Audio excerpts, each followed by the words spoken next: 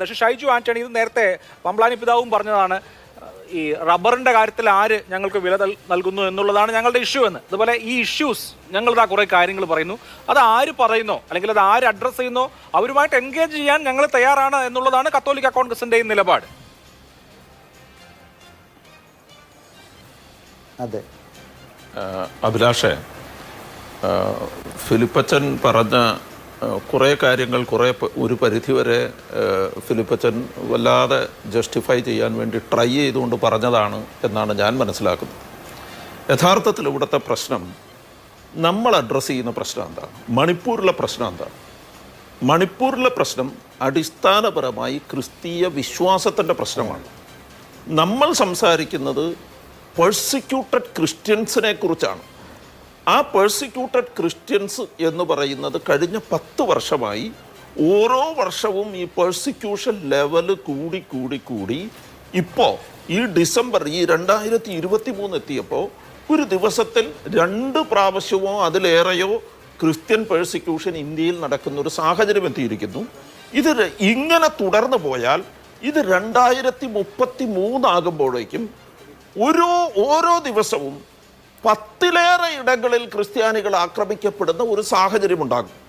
ഇത് അതിൻ്റെ ഡേറ്റയുടെ പ്രോഗ്രഷൻ കാണിക്കുന്നത് അങ്ങനെയാണ്. അപ്പം നമ്മൾ മനസ്സിലാക്കേണ്ടത് ഇത്രമേൽ കോർ ഇഷ്യൂവിനെ കുറിച്ച് നമ്മൾ സംസാരിക്കുകയാണ്. വളരെ കോറായിട്ടുള്ള ഇഷ്യൂ, ക്രിസ്ത്യാനിയുടെ ജീവിതം അപകടത്തിലാകുന്ന ഒരു ഇഷ്യൂ. അത് കേരളത്തിൽ മാത്രമല്ല, ഇന്ത്യയിലെമ്പാടും ക്രിസ്ത്യാനിക്ക് സ്വതന്ത്രമായി ജീവിക്കാൻ പറ്റാത്ത ഒരു ഇഷ്യൂ. നിങ്ങൾ ആലോചിച്ച് നോക്കണം, ക്രിസ്മസിന് സ്റ്റാർ ഇടാൻ പറ്റാത്ത, ഒരു നക്ഷത്രം ഇടാൻ പറ്റാത്ത ഒരു ഇഷ്യൂ, അങ്ങനെ ജീവിക്കാൻ പറ്റാത്ത ഒരു ഇഷ്യൂ. ഇന്ത്യയിലെ ഒരു സംഭവത്തിൽ ക്രിസ്ത്യാനിയുടെ വിശ്വാസം സംരക്ഷിച്ചു എന്നതിൻ്റെ പേരിൽ കാന്ധമാലിലെ 35 കൊല്ലപ്പെട്ടവരെ കാനനൈസ് ചെയ്യാൻ വത്തിക്കാൻ തുടങ്ങുന്ന ഒരു സമയം, ഇത്രമേൽ പ്രാധാന്യമുള്ള ഒരു സമയത്ത് നിങ്ങൾ ആലോചിച്ച് നോക്കുക, അങ്ങനെ കോറായിട്ടുള്ളൊരു വിഷയത്തെക്കുറിച്ച് ചർച്ച ചെയ്യുന്ന ഒരു ചർച്ചയിൽ, ഒരു പൊതു ചർച്ചയിൽ എത്ര വിദഗ്ധമായിട്ടാണ് അച്ഛൻ ഈ വിഷയത്തെ മാറ്റിക്കളഞ്ഞത്?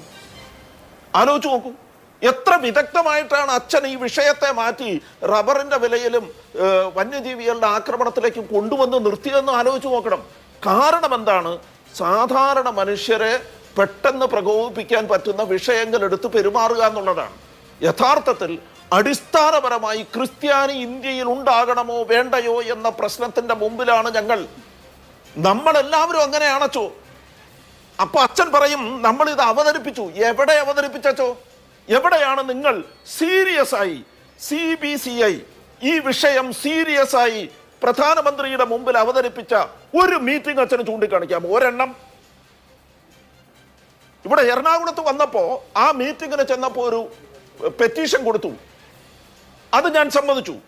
അതല്ലാതെ ഈ വിഷയം ഒരു കോർ വിഷയമായി എടുത്ത് ഇന്ത്യയിലെ ക്രൈസ്തവ സഭാ മേലധ്യക്ഷന്മാർക്ക് പ്രധാനമന്ത്രിയെ മണിപ്പൂർ വിഷയം കാണാൻ, ചർച്ച ചെയ്യാൻ കാണണം എന്ന് പറഞ്ഞ് ഒരു പെറ്റീഷൻ കൊടുത്തതായി പറയാമോ?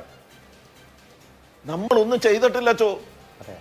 ലക്ഷക്കണക്കിന് ക്രിസ്ത്യാനികൾ കഷ്ടപ്പെടുമ്പോ നമ്മൾ മിണ്ടാതിരിക്കുകയാണോ? അതാണ് നമ്മുടെ പ്രശ്നം. നമ്മൾ ഈ മിണ്ടിയതൊന്നും മിണ്ടലല്ല. നമ്മൾ മനസ്സിലാക്കേണ്ട ഒരു കാര്യം, ഗുസ്തി താരങ്ങൾ അവരുടെ ഒരു വിഷയം വന്നപ്പോൾ, ഒരു കോർ വിഷയം വന്നപ്പോൾ അവരെങ്ങനെയാണ് അതിനോട് പ്രതികരിച്ചതെന്ന് നിങ്ങൾ കണ്ടതാണല്ലോ. അപ്പൊ നമ്മൾ സാമാന്യേന പുറത്തുനിന്ന് നടത്തുന്ന, ഞാൻ പറഞ്ഞ കേരളത്തിലെ എല്ലാ പള്ളികളിലും ഞങ്ങൾ മണിപ്പൂർ വിഷയത്തിൽ പ്രതിഷേധങ്ങൾ നടത്തിയിട്ടുണ്ട്.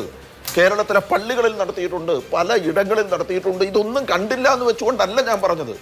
പക്ഷേ കൃത്യമായി ഏൽക്കേണ്ടടുത്ത് ഏൽക്കാൻ പാകത്തിന് ഒരു മൂവ്മെന്റ് ഇന്ത്യയിലെ ക്രൈസ്തവ സഭാ മേലധ്യക്ഷന്മാരുടെ കയ്യിൽ നിന്ന് ഉണ്ടായില്ല എന്നുള്ളത് നമ്മൾ അതിനെ കണ്ടില്ല എന്ന് നടിച്ചുകൂടാ. അത് കാണാതെ നമുക്ക് മുന്നോട്ട് പോകാൻ പറ്റില്ല. ഫാദർ എന്തെങ്കിലും പറയുന്നുണ്ടോ? എനിക്ക് 15 മിനിറ്റോടെ ഉള്ളൂ. ഉണ്ട്, ഞാൻ പറയുന്നുണ്ട്. അദ്ദേഹത്തിനോട് കേൾക്കാമെങ്കിൽ ഞാൻ പറയാം. കേൾക്കാം. അങ്ങ് ചുരുക്കി പറയുമോ? അതിനുശേഷം ഞാൻ ഒരു അതിഥി, എനിക്ക് കോൺഗ്രസിന്റെ വാക്കുകൾ കൂടി കേൾക്കണം. 10 മിനിറ്റുള്ള എനിക്ക്. അതെ, ഇല്ല, 10 മിനിറ്റിനുള്ളിൽ എനിക്ക് പോകണം. അതുകൊണ്ട് ഞാൻ ഒരു കാര്യം കൂടെ പറയുകയാണ്. ഈ ശ്രീ ഷൈജു ആൻ്റണി സാറ് പറഞ്ഞ കാര്യം ഞാൻ മനസ്സിലാക്കി. ഞാൻ വിദഗ്ധമായി മാറ്റിയതൊന്നുമല്ല ഷൈജു ആൻ്റണി സാറേ. ഈ നാട്ടിലെ സാധാരണക്കാരുടെ വിഷയം പ്രധാനപ്പെട്ട വിഷയം തന്നെയാണ്. അത് നമ്മൾ അഡ്രസ്സ് ചെയ്യേണ്ടതുമാണ്. പിന്നെ ക്രൈസ്തവരുടെ ജീവിതം നഷ്ടപ്പെടുന്നു. അതുകൊണ്ട് ജീവൻ മരണ പോരാട്ടത്തിൽ ഇവിടെ ആളുകൾ ജീവൻ മരണ പോരാട്ടത്തിൽ തന്നെയാണ് ഷൈജു ആൻ്റണി സാറേ. ജീവിക്കാൻ പറ്റാതെ ആത്മഹത്യ ചെയ്യുന്ന മനുഷ്യരുടെ ജീവന് വിലയില്ലേ? ഈ കടുവായും കാട്ടുമൃഗങ്ങളെ ആക്രമിച്ച് കൊല്ലുന്ന മനുഷ്യരുടെ ജീവന് വിലയില്ലേ? മതം വിശ്വസിക്കുന്നതുകൊണ്ട് മാത്രം ഭരിക്കുന്ന മനുഷ്യരുടെ ജീവന് മാത്രമേ വിലയുള്ളൂ. ഈ നാട്ടില് എല്ലാ മനുഷ്യ ജീവനും തുല്യമായ വിലയാണുള്ളത്. അത് മതത്തിന്റെ സാറ് ഞാൻ പറഞ്ഞു കഴിഞ്ഞില്ല. സാറ് പറഞ്ഞപ്പോൾ ഇത് കേൾക്കുക. അപ്പൊ സാറ് ഈ വിഷലിപ്തമായ മനസ്സുകളിൽ നിന്ന് പുറത്തു വരുന്ന വാക്കുകൾ ഉപയോഗിച്ച് സംസാരിക്കരുത്. അതുകൊണ്ട് അതിനെപ്പറ്റി എനിക്ക് വിയോജിപ്പുണ്ട്. ഈ നാട്ടില് ഗവൺമെന്റിനെ ഒരു കാര്യം അവതരിപ്പിക്കുന്ന പല വഴികളുണ്ട്. അത് സാർ ആദ്യം മനസ്സിലാക്കണം. ഒന്ന്, ഈ നാട്ടിൽ ഗവൺമെന്റ് അധികാരികൾക്ക് മുമ്പിൽ നമുക്ക് നേരിട്ട് പരാതികൾ സമർപ്പിക്കാം. ഒരു പ്രധാനമന്ത്രിയുടെ അടുത്ത് നേരിട്ട് നമുക്ക് എപ്പോഴും പോകാനോ പരാതികൾ അവതരിപ്പിക്കാനോ അവസരം കിട്ടുകയില്ല. ആ കിട്ടിയ അവസരം നമ്മൾ ഉപയോഗിച്ചിട്ടുണ്ട്. അത് സാറ് തന്നെ പറഞ്ഞു, ഒരു അവസരം പറഞ്ഞു. പിന്നീട് എങ്ങനെയാണ് ഈ നാട്ടിൽ ഗവൺമെന്റ് വിഷയങ്ങൾ മനസ്സിലാക്കുന്നത്? ഇവിടെ ഇന്റലിജൻസ് ബ്യൂറോ ഉണ്ട്, സെൻട്രൽ ഇന്റലിജൻസ് ഉണ്ട്, സ്റ്റേറ്റിന്റെ ഇന്റലിജൻസ് ഉണ്ട്. അവർ ഈ നാട്ടിൽ നടക്കുന്ന സംഭവങ്ങളെ റിപ്പോർട്ട് ചെയ്യും. അതിനു പുറമെ നമുക്കിവിടെ പത്രമാധ്യമങ്ങളുണ്ട്. ഈ മീഡിയ ഇവിടെ റിപ്പോർട്ട് ചെയ്യുന്നുണ്ട് ഈ നാട്ടിൽ എന്താ സംഭവിക്കുന്നത്. ഇവിടെയുള്ള കേരളത്തിലുള്ള പള്ളികളിലും കത്തോലിക്ക കോൺഗ്രസിന്റെ യൂണിറ്റുകളിലും കൃത്യമായി പ്രതിഷേധങ്ങൾ ഏത് വിധത്തിൽ നടന്നു എന്നുള്ള അവർ റിപ്പോർട്ട് ചെയ്തിട്ടുണ്ട്. അവിടെ സാർ അങ്ങനെ പറഞ്ഞങ്ങോട്ട് നിസ്സാരവൽക്കരിക്കരുത്. നമ്മൾ പറയുമ്പോൾ ഒരാൾ പറയുന്നത് മാത്രം വളരെ ബുദ്ധിയെന്ന് വിചാരിക്കരുത്. ശരി, നമുക്ക് അങ്ങനെ ഒരു തർക്കത്തിലേക്ക് മടങ്ങി വരാം. രണ്ടുപേരിലേക്ക് ഞാൻ മടങ്ങി വരാം. ഈ വിഷയത്തിലേക്ക് ഞാൻ മടങ്ങി വരാം.